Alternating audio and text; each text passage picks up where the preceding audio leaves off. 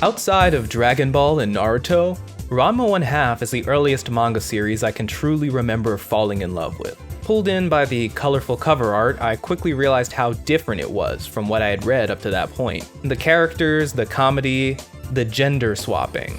Its blend of elements felt so novel to me at the time, and for better or for worse, it had a profound impact on my taste in anime going forward. Even so, I was honestly kinda surprised to hear it was getting a new anime adaptation. Something like the Urusei Yatsura remake or the Inuyasha sequel, Yashahime, made sense to me. I remember Inuyasha being hugely popular, and while Urusei Yatsura isn't very well known, in the US at least, the iconic status of Lum is hard to ignore. From my perspective, Ranma 1/2 always felt kind of overlooked in comparison, which begs the question, why bother? What's the value in remaking Ranma 1/2?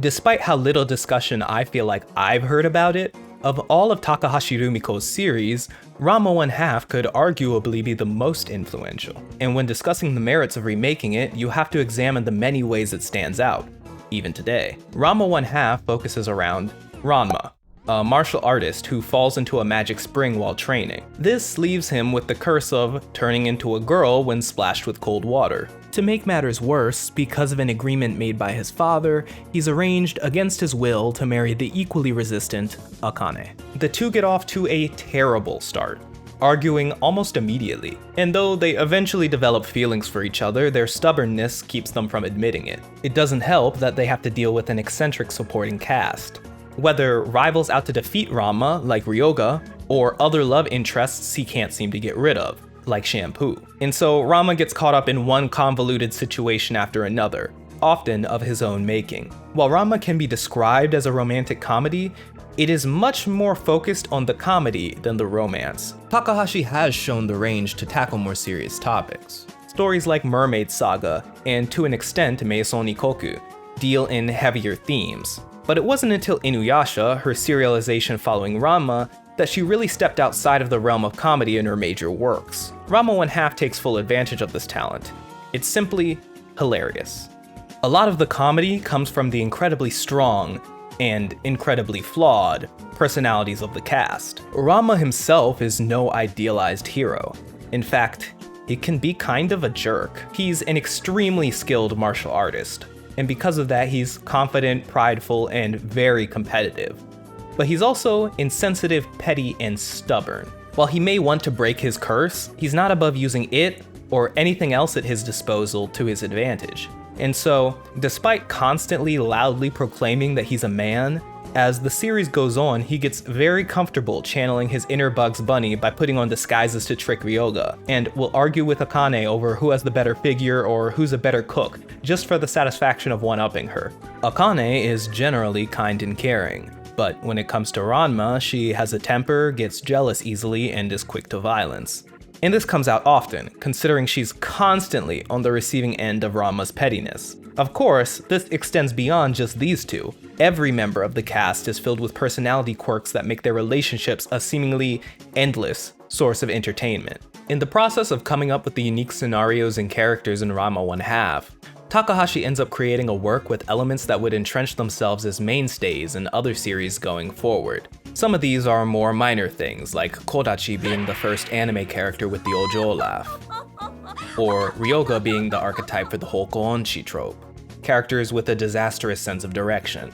Others are a bit more interesting though. It could also be argued that Ranma 1/2 is one of the first harem series. The manga's serialization began in August 1987, before Oh My Goddess started serialization in 1988, and significantly earlier than the first Tenchi Muyo Ryooki OVA released in 1992. But honestly, it doesn't really feel like what the genre would become. Rather than being a wish fulfillment fantasy, the girls instead mostly serve to cause conflict. Of Ranma's many love interests, only Akane really has a constant presence. Kodachi, Shampoo, and Ukyo appear much more sporadically, and usually only to create some problem for Ranma to deal with.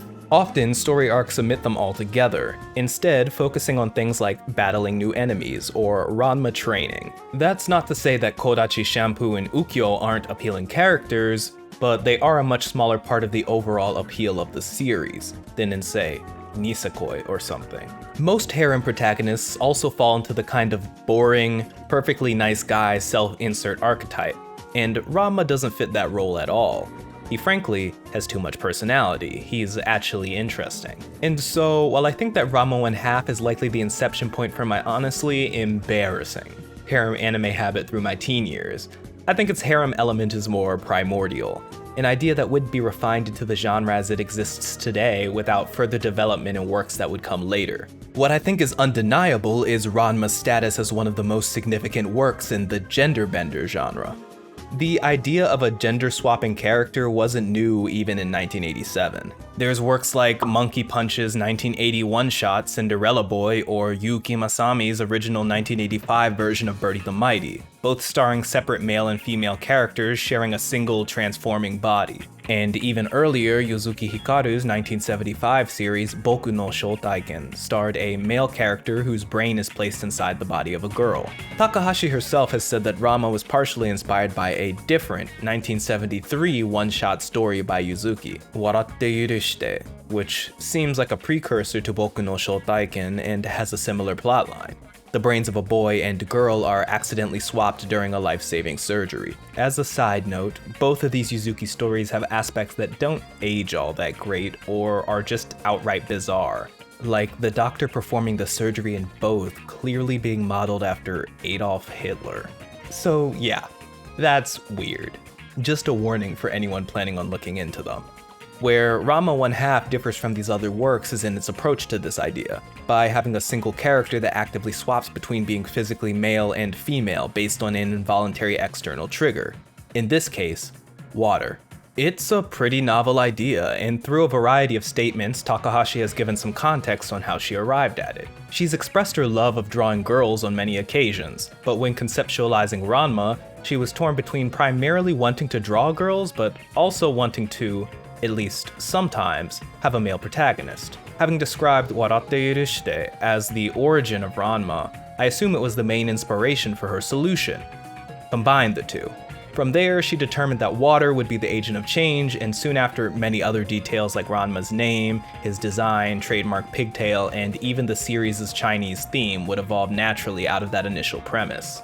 Genderbender anime, even following Ranma 1/2, are pretty uncommon, but you can still find traces of influence from it in a handful of later works. Something like Run and Den in Turaburu switching places whenever one sneezes, for example. This expands on the concept of an involuntary trigger, but combines it with body sharing. Shinkai Makoto has even mentioned Ranma 1/2 amongst other works as reference for creating your name. With Ranma's gender swapping as a core element of the series, it's unsurprising that the subversion of gender roles is a recurring theme throughout. Takahashi has stated that she doesn't think in terms of social agendas, implying she didn't intentionally infuse Ranma 1/2 with a particular message. But like any work of art, the content is a reflection of the creator. And when you put this series in context of her other works and statements she's made, it starts to paint a picture of the place the ideas in Ranma 1/2 came from. Take Takahashi's preference for having only female assistants. On separate occasions, she's given two different reasons for this. One, that it would be disruptive if the woman were attracted to the male assistant, and more interestingly, two, that because of societal expectations, the woman would feel obligated to cater to the men, by serving them tea and such. Clearly she has some thoughts on the social roles men and women are expected to play. This comes through in her work even before Ranma 1/2. Ryunosuke from Urusei Yatsura is a girl who is forcibly raised as a boy and struggles with wanting to be more feminine. Despite her efforts, throughout the series she continues to wear boys' clothes, speak in a masculine manner, and is quick to solve problems through violence. Of all the characters in the series, she is Takahashi's favorite. She enjoyed drawing an ambiguously gendered character. Takahashi clearly has a fascination with blurring these lines, and the Ranma manga takes the concept even further. The clash of the cast's often extreme gendered expectations with reality creates a constant sense of absurdity, and out of this absurdity, comedy is born. While he may use his curse to his advantage at times, usually Ranma aggressively denies being a girl and refuses to change his behavior, even when transformed. Despite this, he is told to be more ladylike, told to have more shame, and attracts the romantic attention of men. Receiving this unwanted treatment, sometimes even from those that know about his condition, kinda pokes holes in how reasonable the ideas of the cast are. Some characters, like the kendo-practicing upperclassman Kuno, even seem to find Ranma's unladylike behavior more attractive. Of course, Kuno doesn't know that girl Ranma and his nemesis guy Ranma are the same person, but you know, ignorance is bliss. On the other hand, Akane isn't super traditionally feminine herself. She's a bit of a tomboy, something that, in an incredible lack of self-awareness, Ranma will bring up constantly when arguing with her. But that doesn't prevent Ranma, or seemingly the entire male population of their high school, from being romantically interested in her. Other characters also play into this theme, like Ukyo, who Ranma thought was male for most of his life, or more minor ones, like the cross-dressing Kurenai Tsubasa and male Kunoichi Konatsu. The clashing of these character traits with the various beliefs and biases of the cast allows for very unique dynamics to emerge. Ranma's father, Genma, will mourn his son's loss of manliness, even though Ranma hasn't really changed. Plus, it's basically Genma's fault. Ranma always treats Kuno with the same amount of contempt, but because he's blinded by his interest in girl Ranma, he never seems to realize he's hated.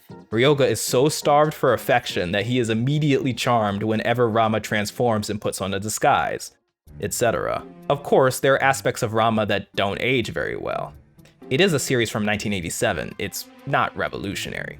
Anytime a character is implied to be attracted to the same sex, it's always as a joke and it's always proven false eventually. The series is also not above a punchline simply being a man wearing a dress and makeup. And in both of these cases and more, these characters are called perverts. I'm definitely not the person to have the last word on this, but despite those elements, for the most part, Ranma 1/2 doesn't feel malicious to me. It definitely relies on some baked-in, conservative, old-fashioned ideas, but Takahashi is also constantly subverting others. Gradually, things like Ranma voluntarily using his female form and wearing girls' clothes become increasingly normalized. Even when the cast are arguing or insulting each other, they're so exaggerated, dysfunctional, and contradictory that you really shouldn't take their viewpoints very seriously. While the gender swapping is the X factor that elevates it, the series isn't restricted to just that. Takahashi pulls from a seemingly endless supply of ideas. An ever-increasing cast of characters, magical items, and the like create the groundwork for arc after arc, without ever feeling derivative or cliché. Martial arts play a significant part as well. While it's not quite as focused on training and power scaling as something like the simultaneously releasing Dragon Ball, Ranma does improve and learn new techniques. His fights with his many rivals are always interesting, especially Ryoga, who has an excellent frenemy dynamic with him. And all these elements are glued together with Takahashi's visuals. She isn't necessarily the most technically impressive artist, but she's incredibly good at visual storytelling. She squeezes the most possible humor out of any given moment using characters' expressions, slapstick violence, and physical comedy. There's a lot going on in Ranma 1/2, and that gives it the potential to appeal to a broad variety of people. Of course, there are many aspects of Ranma I'm sure some will find turnoffs. Viz's description for the original release of the final volume is honestly pretty hilarious. Does Ranma break his gender-flipping curse? Do Ranma and Akane get married? Find out inside. Yeah, so that's a lie. The description for the new Perfect Edition printing of the series removes that last line, because you don't find out. The series ends basically the way every story arc ends, with a return to the status quo, no resolution to Ranma's curse, and no progress in his relationship with Akane. To me, that's not a big deal. I feel like the comedy and stories within the series stand on their own as proof of its merit, but for anyone significantly invested in the romantic part of Ranma's romantic comedy label, you might be disappointed. Even beside the romantic shortcomings, I can't pretend that the manga is always amazing. It does feel like it runs out of steam a bit as it goes on. Later in the series, single chapter stories become increasingly common. While their premises are still creative, their brevity can often make them more forgettable. And while there are some great fights further in the manga, the training and learning of new techniques takes a back seat, which I think is a shame. With these changes, the overall feel of the story adjusts as it goes on, and it loses some of the appeal from the beginning. More than being bad, It's just different and a little less consistent. Then there's Happosai, who is probably the strongest character in the series, but spends basically all of his screen time stealing underwear and sexually harassing women.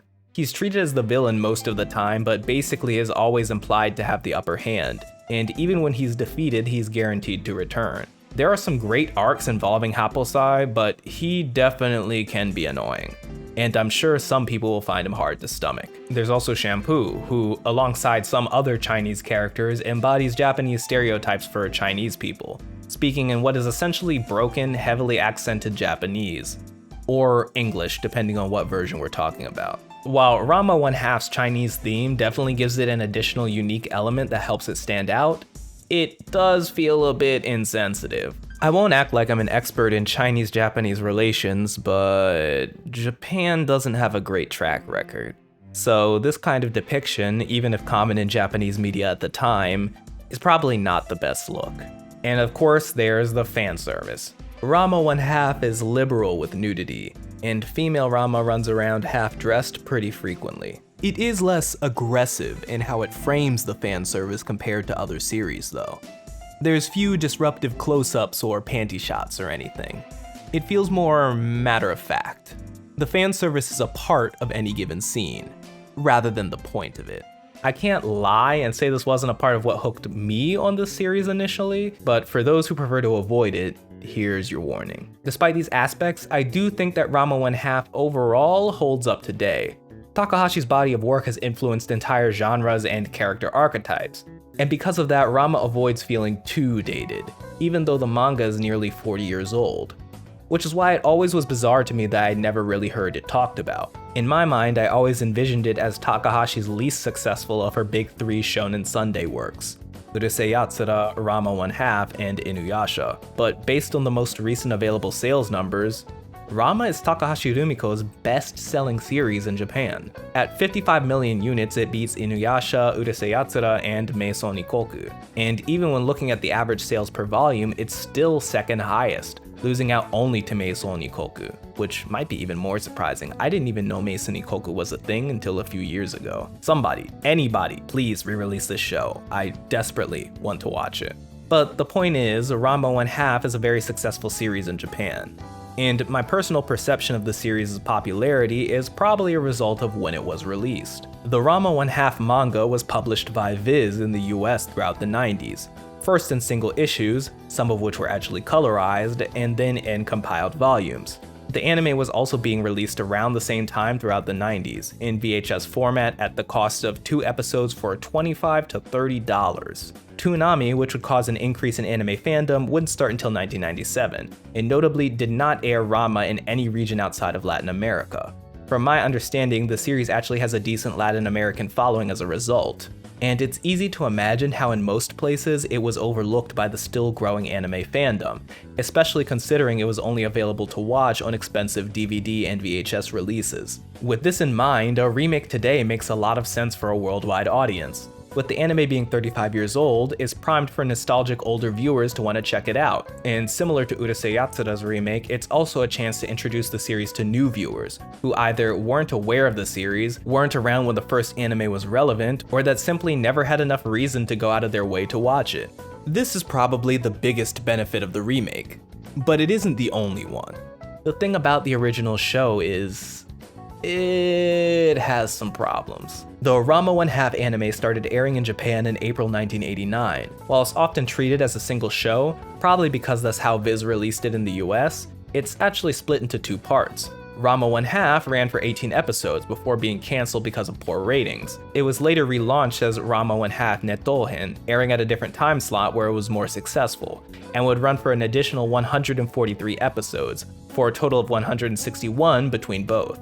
There are also 3 movies and 12 OVAs, 11 of which are from the 90s and 1 that released in 2008 as part of a Takahashi-themed 50th anniversary celebration for Weekly Shonen Sunday. And though I only want to focus on the pre-remake anime here, I feel like I'm obligated to quickly mention the 2011 live-action special. Is it good? No. Did I enjoy it? I think so. It's very campy and definitely got a few laughs out of me, but overall, kind of a mess. Anyway, While faithfulness doesn't necessarily indicate an anime's quality, nowadays I think most shows try to stick much closer to the source material than they have in the past. The 1989 Ranma 1/2 anime is a great example of how things used to be different. Counting all of the episodes, OVAs, and movies individually, 94 of them are adapted from the manga, and 82 are anime original. But that doesn't quite tell the whole story. Of the 94 adapted, many have also been adjusted when comparing to the original manga. To better visualize the significance of these changes, I made a spreadsheet, categorizing each of the adapted episodes further. Based on my entirely personal judgment, I determined that 56 of these had minor adjustments, meaning little to no changes from the manga's story, and 38 had heavy adjustments, meaning that substantial elements were added, changed, or removed in the adaptation process. So altogether, 120 of the 176 episodes, movies, and OVAs contain some notable amount of anime original content. And early on, this isn't necessarily the worst thing ever. The first 21 episodes animated for the show before the Nettohen relaunch are great. This includes the 18 broadcast as part of the first season, and 3 that were produced earlier but aired out of order as part of Nettohen. These episodes are fairly high quality across the board. They have great animation, solid pacing, and add additional character moments with new anime original scenes, like this one in episode 6 of Ranma and Akane sitting and eating. It's simple but allows for building additional character depth, both through their discussion of Akane's unrequited feelings for Dr. Tofu and their non-verbal interactions. This early part of the series has more moments with emotional depth than what would come later, and through these kinds of story additions, plus the anime's general atmosphere, the first season actually enhances that aspect of the narrative. There are also added scenes for characters like Akane's sister, Nabiki, whose greedy personality gets more focus here than in the earlier parts of the manga. Other nice little flourishes include stuff like Kodachi's rhythmic gymnastics teammates gossiping underneath the ring when she's fighting Ranma, and Ryoga getting lost in even more ridiculous ways than the source material. That said, if there's anything that defines the original Ranma anime, it's inconsistency. And with the addition of many good scenes, there are simultaneously a lot of weird, awkward ones that aren't funny, don't add anything, and just get in the way of the core story arcs.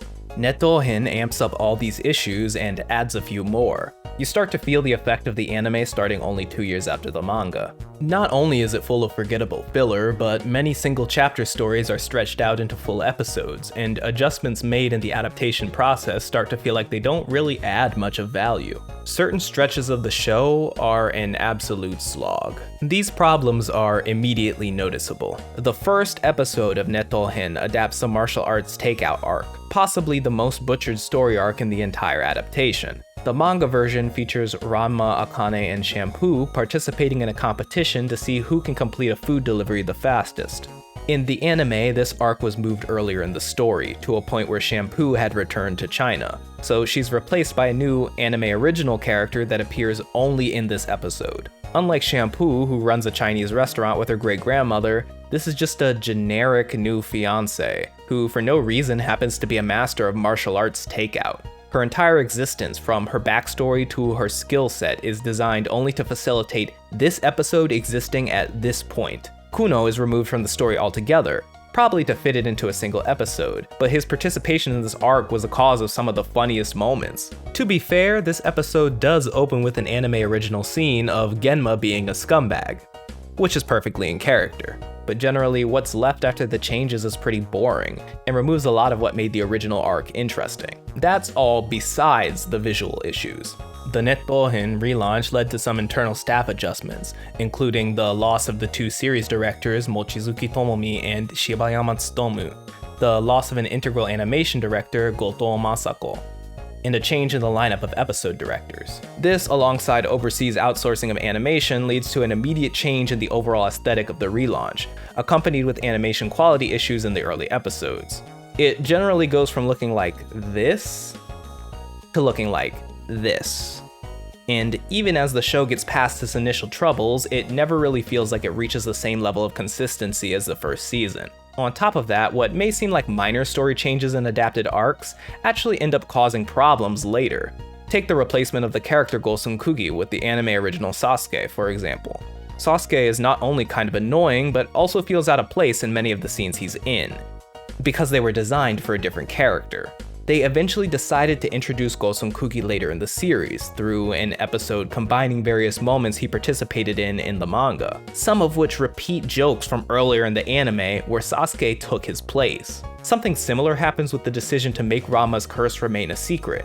A creative choice I can't remember having a single beneficial effect on the anime. His curse is revealed to the entire school pretty early in the manga, and so in later arcs where that knowledge is assumed, the anime often has to come up with contrived reasons to keep his transformations hidden. But the most egregious consequence is in one of the last arcs in the anime, which relies on the student body knowing that male and female Ranma are the same person. To fix this, the anime has a moment where the story comes to a total halt, and his father walks up and just demonstrates how his gender swapping works in front of the crowd. It's an incredibly jarring moment and is treated pretty lightly for something that should be a significant reveal. All of these issues result in Nettohen being kind of rocky, especially when binge watching, but every once in a while it drops a gem that keeps you interested enough to keep going. Like, while watching filler with a totally forgettable story, suddenly this happens, and I'm just sitting in awe of this sublime cut of animation. Like, you can't do that. You can't just drop that shit in an otherwise utterly forgettable episode. That's crazy. As Nettohen goes on and gets past his production issues, visually impressive episodes start to pop up more and more. It's not consistent, but there are some incredible cuts of Sakuga littered throughout. Other times, rarely, a filler episode will actually do something interesting plot-wise. I personally found episode 131, Akane Goes to the Hospital, to be one of these. As a result of Ranma trying to stop Gosong Kugi from taking pictures of Akane doing gymnastics, she gets distracted and injures her leg. After she's admitted to a clinic, Ranma struggles between his desire to visit and his aversion to displaying open affection towards her. Akane mirrors this by feeling jilted and upset about Ranma being the only one to not visit her. Eventually, he decides to be a bit more vulnerable and greets Akane as she's discharged, giving a rare, simple, straightforward emotional moment between the two of them. This kind of thing is pretty rare in the manga. Most similar moments are diffused immediately, usually by Ranma saying or doing something insensitive. This episode, in contrast, manages to infuse a sense of tenderness to their relationship. The anime adds a handful of moments like this, making it a bit more believable that they actually like each other underneath all the arguing, while not feeling out of character. Episode 123, An Xmas Without Ranma, is another good example. Akane spends this episode searching for Ranma, who has been stumbling into fight after fight. When she ends up in a conflict of her own, confronting Shampoo, Ukyo, and Kodachi, she eventually has to admit that she wants to spend Christmas Eve together with Ranma. And when she finally finds him, he's waiting with gifts she mentioned she wanted earlier in the episode. Nothing amazing, but a sweet little addition to the series. There's also a fandom around episode 49, Am I Pretty? Ranma's Declaration of Womanhood, where Ranma hits his head and wakes up identifying as a woman. While the episode is mostly framed around everyone wanting Ranma to go back to normal, it's Ranma herself that is more interesting.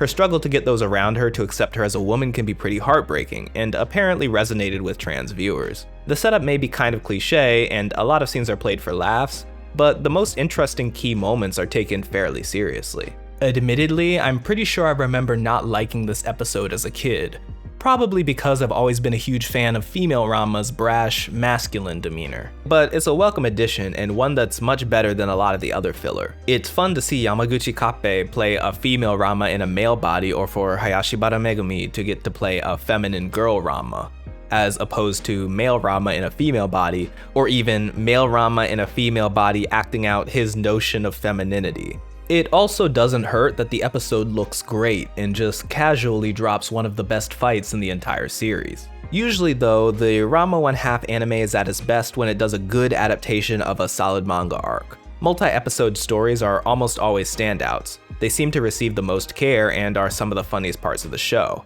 Seeing Ranma train to defeat Hwbouths after having his strength taken or compete in martial arts eating is fantastic. These stories are satisfying and true to the source material, so any fan of the series should enjoy watching them. While we're talking about high points, the OVAs are pretty quality overall. The OVA original stories can be forgettable, but generally things are more consistent here, and the visuals for all of them are a step up from the show.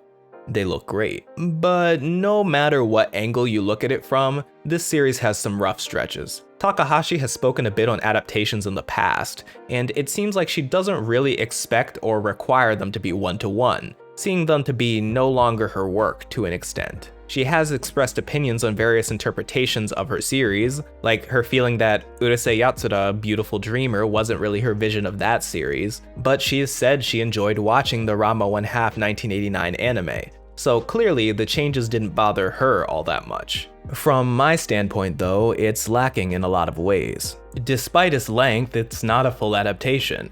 The TV anime ended in 1992, 4 years before the manga would end in 1996. Even including the OVAs and movies, only 259 of the 407 chapters were adapted, around 63% of the manga. There's a lot of great arcs just waiting to be translated to the screen, and with what's there, even as a child, I was disappointed in the liberties taken when watching the anime for the first time. So there are many angles from which you can explain why a new version of Ranma 1/2 makes sense today, and the remake makes good on all of them. It's a great adaptation.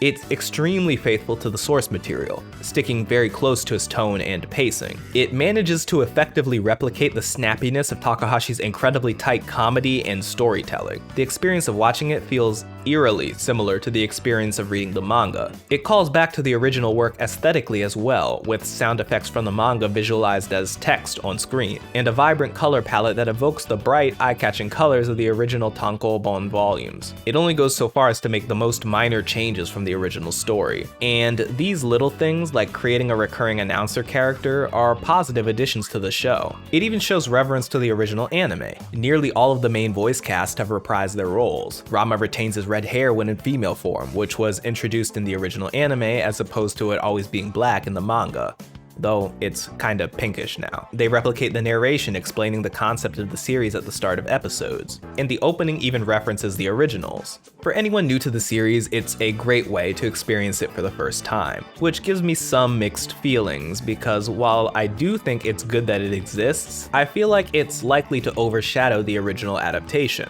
which is a shame because despite all this praise, I actually like some aspects of the original better.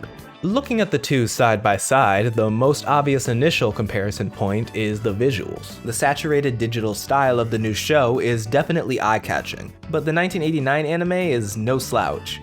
It's a product of its time, and the cell animation gives the whole show this warm, analog look that kind of feels right for an adaptation of an 80s manga. The medium matches the content. The character designs progress throughout the show's runtime in a shift from what feels like a more 80s look to a 90s one. This might be a bit reductive considering how broad the visuals from each decade can be, but it definitely leans further into the stylization of characters, with more angled facial features and bigger eyes. I like these designs a lot throughout that transition, and though it's arguable that the remakes are more faithful to Takahashi's artwork, I think I like the ones in the original show more from an aesthetic standpoint. On top of the visual overhaul, the sound gets a step up in fidelity for the remake as well. But despite the crisper audio in the new show, the music and voice acting are a mixed bag. Keeping the original voice actors sounds nice, and the performance they pull off is quite good for their age, but everything seems a bit off. Male Ranma's voice is distractingly nasally, for example.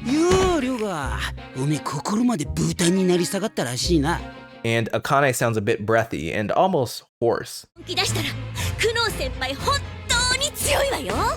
closer to what's archetypically associated with older, more motherly characters. This isn't an issue across the board. Female Ranma and Ryoga sound slightly different from their previous performances, but not in a way that feels weird for the characters, and I wouldn't think about it if I didn't have the original to compare to. I do wonder if the show generally could have benefited from trying a new cast though. The music, however, is a downgrade all around in my book. The original soundtrack is catchy and impactful, leaving a strong impression throughout the show. I have to admit, some of the songs can be kind of obnoxious, but when it's good, it's great, and an essential part to many scenes. The remake, in contrast, is pretty boring. It does have a unique character to it, but not one that stands out as particularly memorable. And that takes away from some scenes I feel like would have benefited from something with a bit more punch to it. With all that combined, while the remake overall is very well done, at times it can be less interesting to watch. In fact, despite the 35 years between the two, I'd say the original show can often stand up to the remake even in terms of animation and visual direction.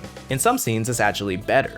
Take Akane and Ranma's first time going to school together. The majority of the new version of Akane fighting her suitors is this single rotating shot of her defeating them one by one. Eventually, it goes into some brief close-ups before finishing off-screen. The choreography, the perspective, everything is just a bit boring. In contrast, the original has a much more interesting approach, cutting into close-ups of the action as it happens. Attackers don't come in one at a time, so she'll dodge one while hitting another. I love this close-up of the racket she smashes with chips of wood flying everywhere, how she punches this guy so hard he twirls out of the frame, and this cut of her just going ham on like 5 dudes at once.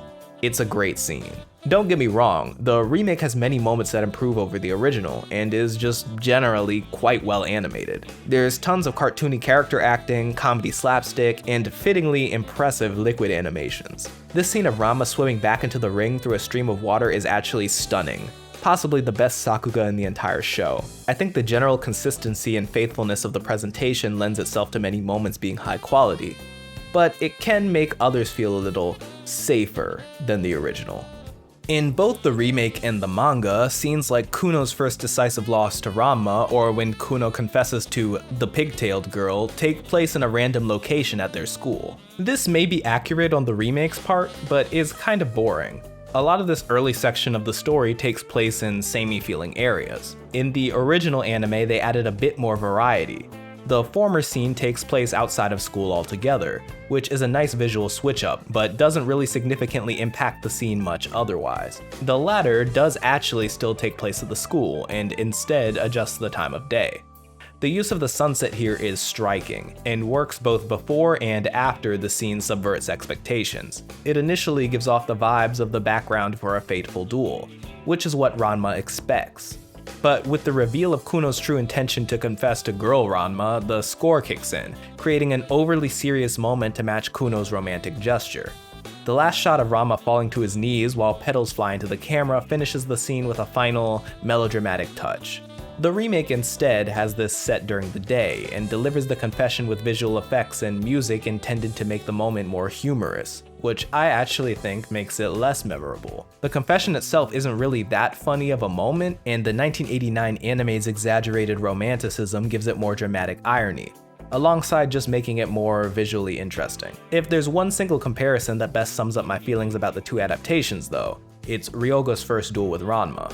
Ryoga's introduction in the manga has always been the point that I considered Ranma 1/2 to really get good. He takes Kuno's initial position as Ranma's primary rival, which is for the best. Kuno's characterization evolves later on, as he becomes less of a serious adversary and more of a walking punchline. Since a major part of his character is the fact that he kind of lives in his own world and doesn't respond to others, this is a better role for him in the series. Ryoga instead is generally more of a threat, and has better chemistry with Ranma as a character. Their rivalry is one of the best parts of the series, and as the moment that establishes his formidability, this duel is a key point in its early parts. The original anime's version of this fight has a lot of great moments that I don't feel the remake fully replicates for me. Both generally follow the overall flow that the manga provides, but the original has higher highs that stand out to me. Cuts like this perspective shot of Ranma kicking Ryoga in the air just don't hit as hard in the remake. I also love the scaling shot of the two climbing over a fence.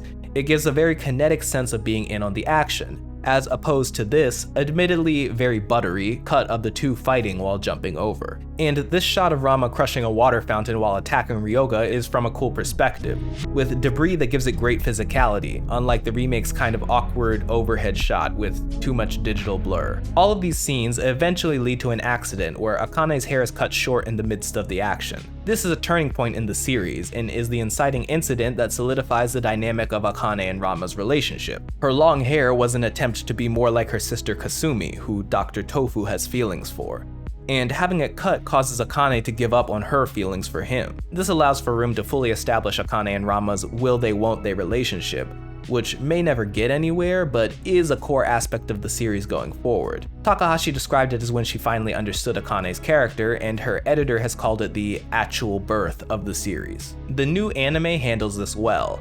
Sad music is initially playing while Akane and Ranma argue, but it's suddenly cut off to accentuate the abruptness of the moment, as we get 3 rapid shots of her hair being sliced. Akane's backlit, shocked face is the final punctuation. It does the job, but feels a little standard. The original starts off similarly, with a sad track backing Ranma and Akane's argument. Compared to the remakes, this song has a bit more character, but starts off fairly subdued. The actual accident is portrayed through this honestly kind of weird edit, where the frame itself is cut in two. This is followed by a nice animation of the hair falling to the ground, as the violin in the backing track swells into a heart-wrenching melody. Because in this version, Ranma and Ryoga's duel takes them off school grounds to the zoo, we next get another frontal shot of Akane's shocked face, but this time she's backed by a flock of flamingos taking flight, almost as if to show that the romantic feelings she associates with her long hair are escaping, never to be fulfilled. It's a bit cheesy maybe, but that makes it impactful.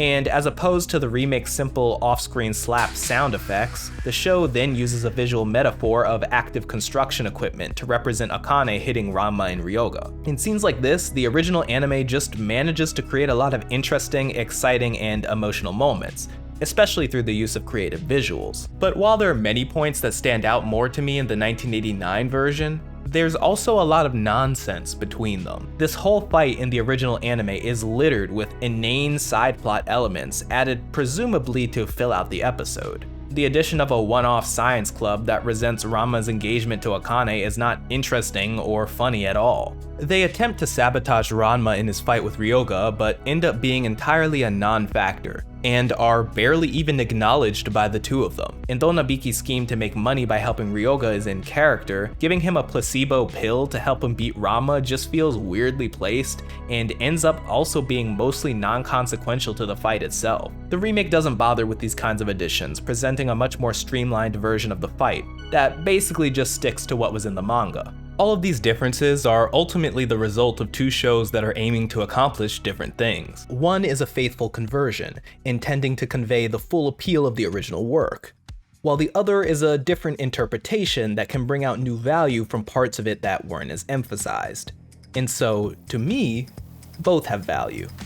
It's hard to say which I think is the superior adaptation.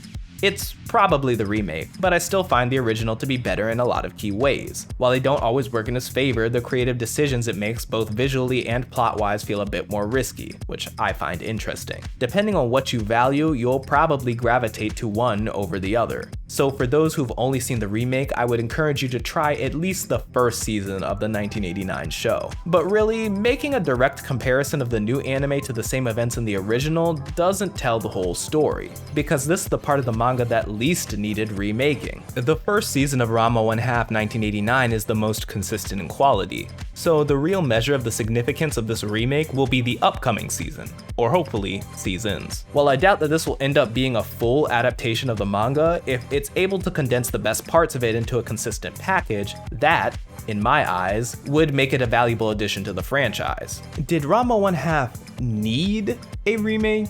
Well, it needed an excuse for them to finally release some decent figures, so from that perspective, this new series was a godsend. But generally, while I don't think it needed a remake, it deserved one. A classic like this should have a quality, easily accessible introduction for modern audiences. If for some reason you've watched this whole video and haven't already experienced any version of Ranma 1/2, I'd suggest you at least give the remake a try. It's a series I've loved for a long time, and hopefully, you'll enjoy it as much as I do.